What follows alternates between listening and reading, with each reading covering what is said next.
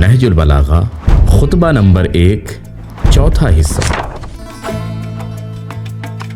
بسم اللہ الرحمن الرحیم۔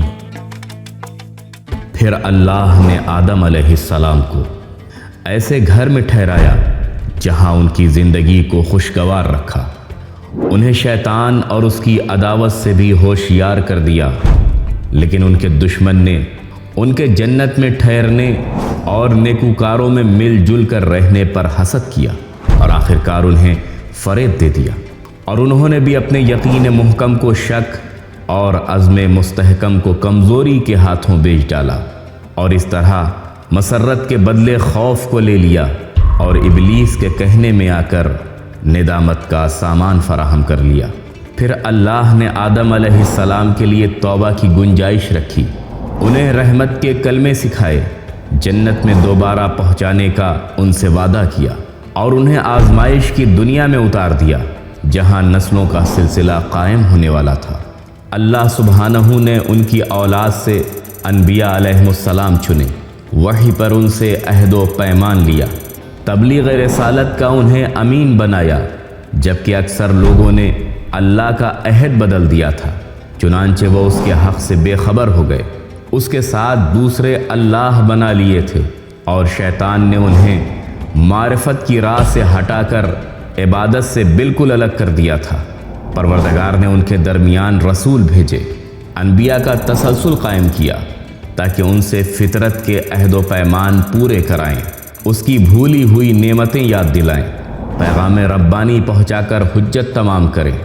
عقل کے دفینوں کو ابھاریں اور انہیں قدرت کی نشانیاں دکھائیں۔ یہ سروں پر بلند ترین چھت، یہ زیر قدم گہوارہ، یہ زندگی کے اسباب، یہ فنا کرنے والی اجل، یہ بوڑھا بنا دینے والے امراض، اور یہ پے در پے پیش آنے والے حادثات، اللہ سبحانہ نے اپنی مخلوق کو بغیر کسی فرستادہ پیغمبر یا آسمانی کتاب یا دلیل قطعی یا طریق روشن کے کبھی یوں ہی نہیں چھوڑا۔ ایسے رسول بھیجے ہیں جنہیں نہ تعداد کی کمی کام سے روک سکتی تھی اور نہ جھٹلانے والوں کی کثرت۔ ان میں جو پہلے تھا اس نے بعد والے کا نام و نشان بتایا،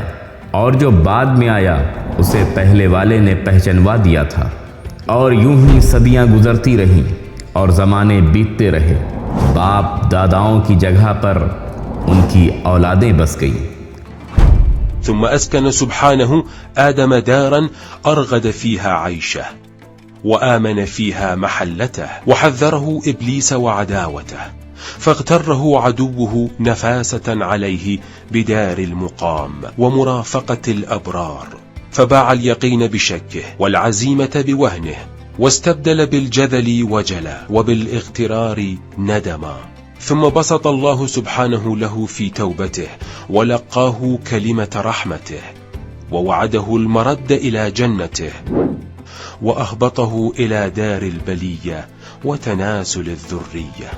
اختيار الأنبياء. واصطفى سبحانه من ولده أنبياء، أخذ على الوحي ميثاقهم وعلى تبليغ الرسالة أمانتهم، لما بدل أكثر خلقه عهد الله إليهم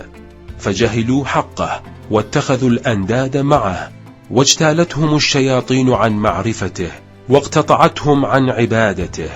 فبعث فيهم رسله وواتر إليهم أنبياءه ليستأدوهم ميثاق فطرته ويذكروهم منسي نعمته، ويحتج عليهم بالتبليغ ويثير لهم دفائن العقول، ويروهم آيات المقدرة من سقف فوقهم مرفوع ومهاد تحتهم موضوع، ومعايش تحييهم وآجال تفنيهم وأوصاب تهرمهم وأحداث تتابع عليهم. ولم يخل الله سبحانه خلقه من نبي مرسل أو كتاب منزل أو حجة لازمة أو محجة قائمة، رسل لا تقصر بهم قلة عددهم ولا كثرة المكذبين لهم، من سابق سمي له من بعده أو غابر عرفه من قبله. على ذلك نسلت القرون ومضت الدهور، وسلفت الآباء وخلفت الأبناء.